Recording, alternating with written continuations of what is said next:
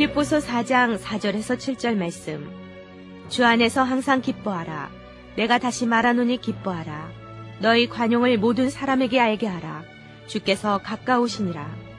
아무것도 염려하지 말고 다만 모든 일에 기도와 간구로 너희 구할 것을 감사함으로 하나님께 아뢰라. 그리하면 모든 지각에 뛰어난 하나님의 평강이 그리스도 예수 안에서 너희 마음과 생각을 지키시리라. 행복의 조건이란 말씀으로 은혜를 나누고자 합니다. 행복을 갖는 데는 내적, 외적인 많은 조건이 있습니다. 그러나 그 중에서 제일 중요한 조건이 마음입니다. 마음이 불행하면 환경적인 조건은 아무리 잘 구비해도 의미가 없습니다. 세계의 영웅 나폴레옹은 세계를 정복을 하고 그 꿈을 꾸며 영토를 확장했고 사람들이 부러워할 것은 모두 다 소유했던 사람입니다.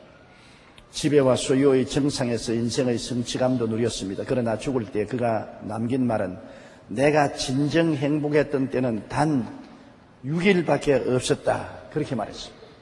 온 유럽을 석권하고 프랑스의 왕자를 점령하고 부귀와 영화를 한 몸에 누렸던 나폴레옹도 일평생에 행복한 날은 6밖에 없었다고 했습니다. 그러나 헬렌 켈러는 듣지도 못하고 말하지도 못하고 보지도 못하지만 말년의 과거를 회상하면서 내 인생은 기쁘고 행복한 나날이었다고 말하는 것입니다. 왜 그렇습니까? 인생의 행복은 소유와 지배가 아닌 마음에 있기 때문에 그런 것입니다. 헬렌 켈러는 마음의 행복을 찾았고 나폴레옹은 환경에서 행복을 찾았기 때문에 나폴레옹은 행복을 찾지 못하고 헬렌 켈러는 행복을 찾아 누릴 수가 있었던 것입니다. 첫째로 마음의 행복의 첫째 조건은 마음의 평안인 것입니다. 마음의 평안을 깨뜨리는 요소들이 이 세상에 많아요. 행복의 가장 근원이 마음의 평화인 것입니다. 평안이 없으면 부귀 영화 공명이 무슨 소용이 있는 것입니다. 이런 것이 행복을 갖다 주지 못하는 것입니다. 에레미야 애가 3장 39절에 살아있는 사람은 자기 죄들 때문에 벌을 받나니 어찌 원망하려고 말한 것입니다. 마음의 고통은 하나님 아버지의 사랑과 예수 그리스도의 보혈을 통하지 않고는 평안을 얻을 수가 없는 것입니다. 세상 법을 어기고 법적 조치를 당할 때도 굉장히 불행해합니다. 많은 신앙상담을 오는 사람들이 고소를 당하거나 법정에 불려가거나 검찰의 조사를 받고 많은 고통을 가지고 제게 신앙상담을 옵니다. 그들의 삶은 지옥 그 자체인 것입니다. 어떠한 것도 그들을 위로해 줄 수 없는 마음의 고통, 괴로움 속에 있는 것입니다. 이러한 사람이 세상의 부귀영화 공명을 가지고 행복할 수 있습니까? 오직 위로받을 수 있는 것은 하나님밖에 없습니다. 제가 늘 말하는 것은 하나님께 일을 맡기십시오. 잘했든 못했든 하나님이 자비와 긍휼을 구하고 하나님께 일을 맡겨야 되는 것입니다. 하나님은 모든 것을 합동하여 선을 이루게 하시는 하나님이기 때문에 우리는 모르지만은 하나님 손에 맡기면 하나님이 끝장에 가서 유익하게 만들어 주실 것입니다. 그러므로 하나님께 맡기자고 말하는 것입니다. 악을 선으로 바꿀 수 있는 분은 하나님밖에 계시지 않습니다. 그러므로 세상 법을 어기고 법적 조치를 당해 크게 불안한 사람도 하나님께 의지하고 하나님께 내어 맡기면 그 불행조차도 끝장에 가서는 합동하여 유익을 이루시게 하시는 것이 하나님의 섭리인 것입니다. 하나님 의지하지 않고 결코 마음의 평안을 얻을 수가 없는 것입니다.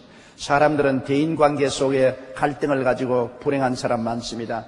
가정의 남편과 아내가 서로 마음이 안 맞아 갈등을 가지면 결코 가정에 평안하지 않습니다.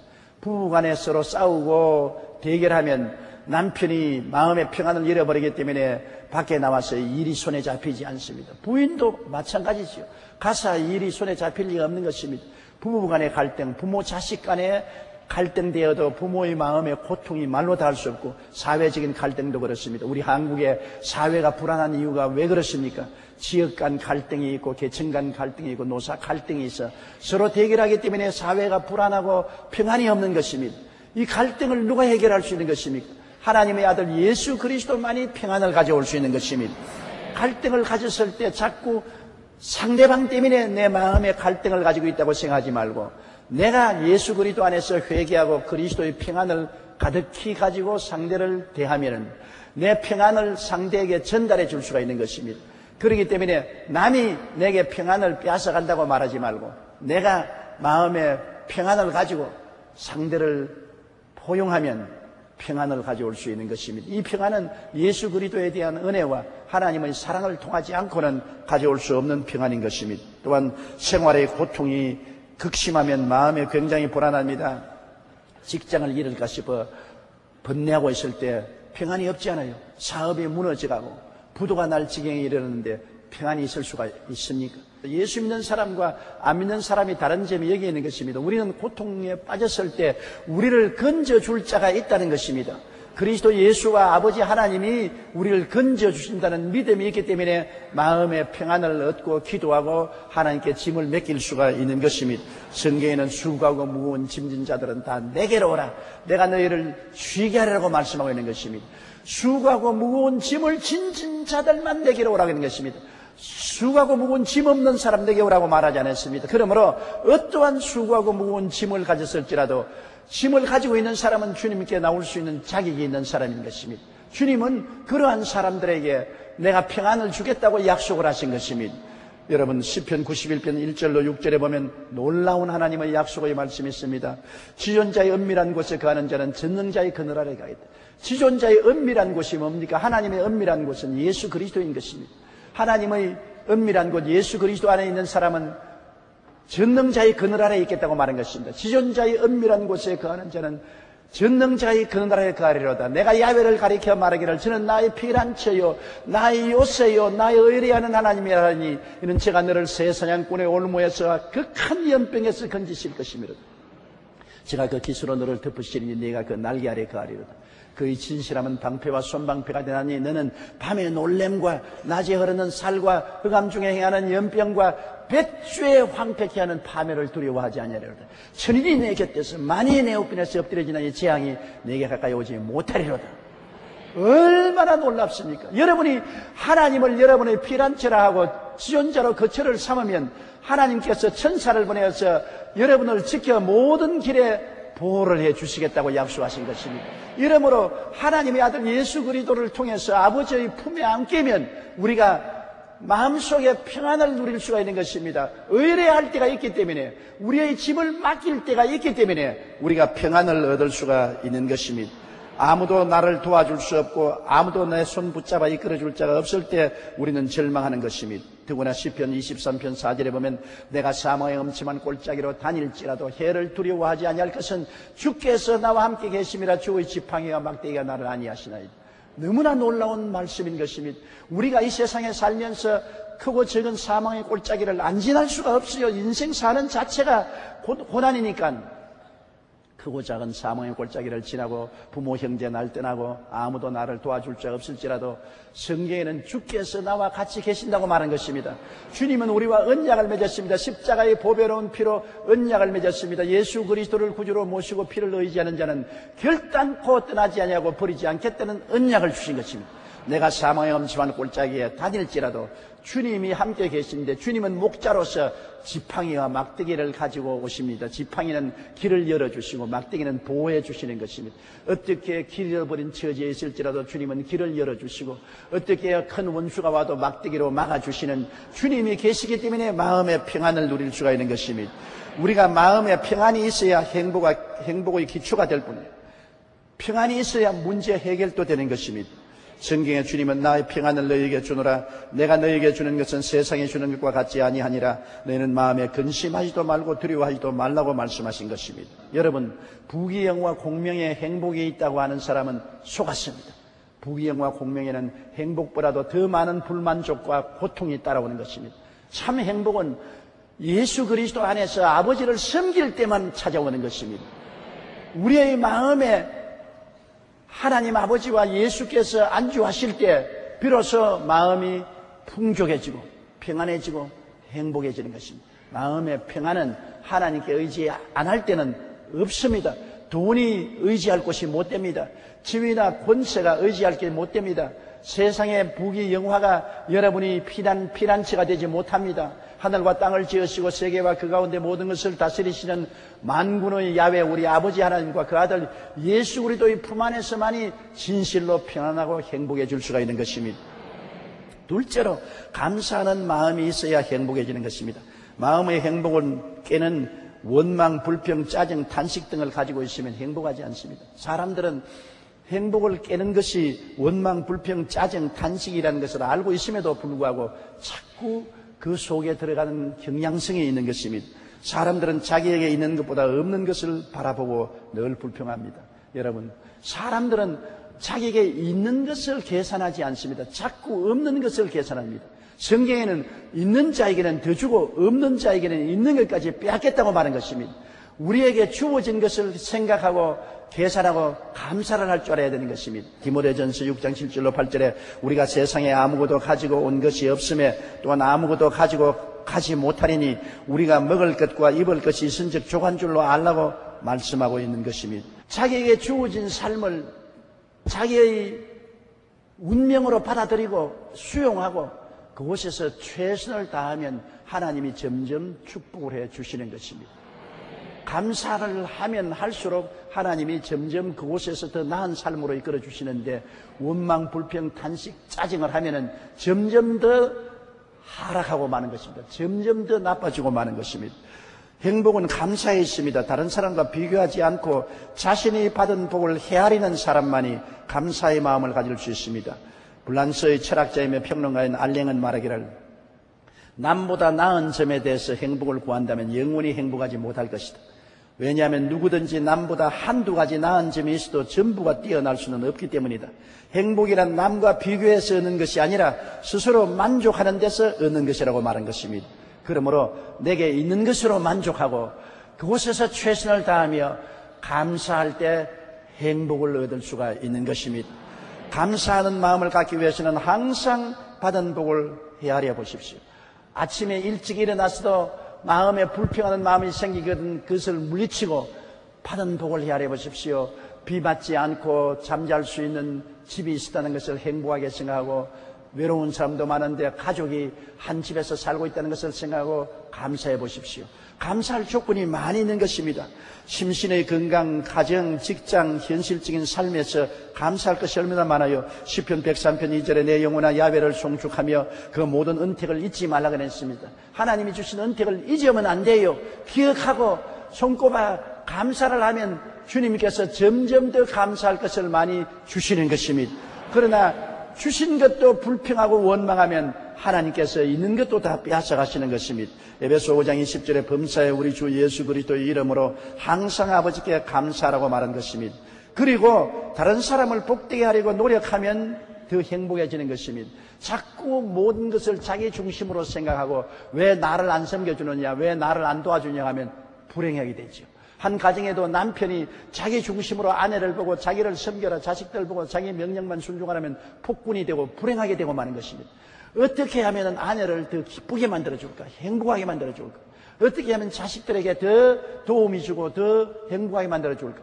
자기를 생각하지 말고 남의 행복을 생각하고 남을 기쁘게 만들려고 애를 쓸 때 그것이 나에게 행복으로 돌아오는 것입니다. 아내 여러분, 남편을 어떻게 하면 기쁘게 해줄까, 행복하게 해줄까, 더 희망차게 만들어줄까, 이렇게 노력할 때 여러분에게 큰 기쁨과 행복이 다가오는 것입니다. 남에게 주면 그것이 30배, 60배, 100배가 되어서 내게로 돌아오게 되는 것입니다. 자꾸 내가 받으려고 하면은 있는 것조차 빼앗겨버리고 마는 것입니다. 그러므로 성경에는 즐거워하는 자들과 함께 즐거워하고 우는 자들과 함께 울라고 말한 것입니다. 끊임없이 우리는 이웃을 위해서 사는 우리들이 되어야 되는 것입니다. 우리가 다른 사람을 복되게 하려고 노력하면 감사하는 마음이 생겨납니다. 이 감사가 바로 행복으로 가는 지름길인 것입니다. 원망, 불평, 짜증, 탄식은 불행과 절망으로 가는 지름길이지만 감사는 행복으로 가는 지름길인 것입니다. 그러므로 항상 여러분 있는 것을 가지고서 감사하고 남에게 비교하지 말고 내 자신을 보고 감사하고 남을 기쁘게 하고 행복하게 만들어주는 일을 하고 감사하는 여러분 되시기 바랍니다.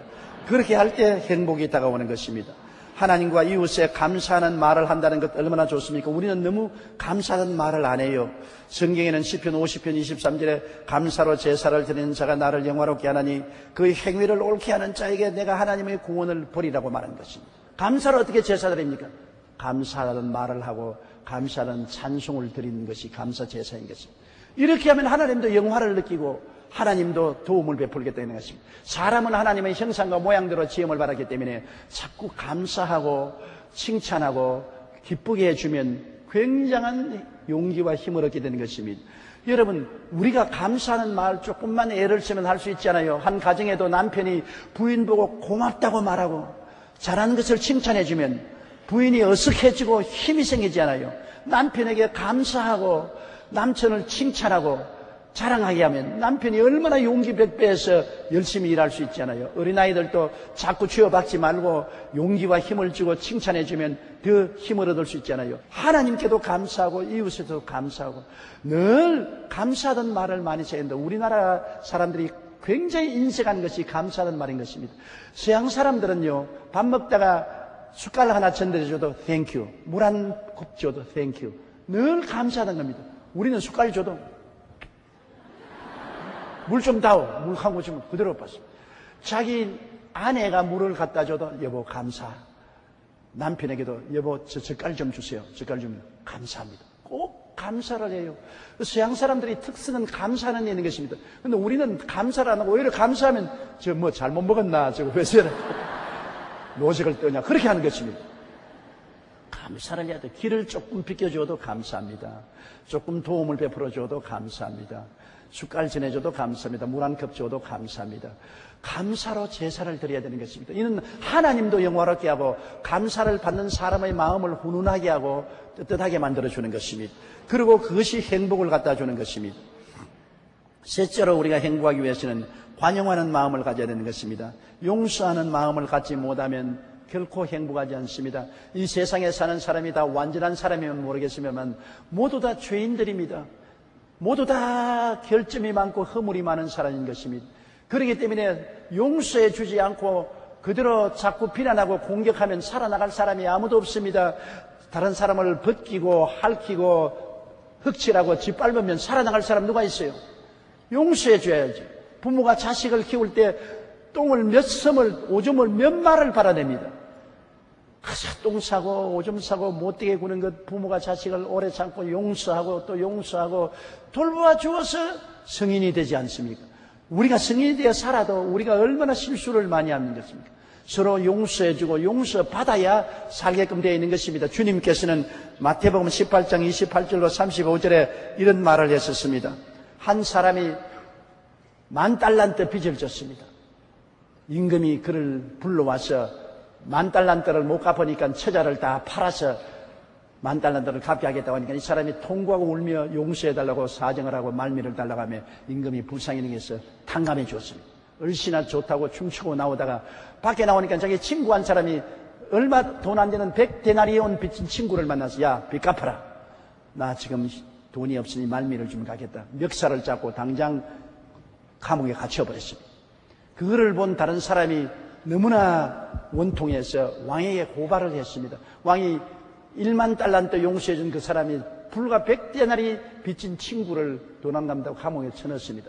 임금이 화를 내서 그놈 불러오너라. 내가 너가 10,000달란트를 갚으라고 할 때 못 갚겠다고 통곡을 하고 울고 비를 흘려 용서해줬는데 너도 너희 친구를 100데나리온 빚진 친구를 용서해줘야 될 것이 아니야.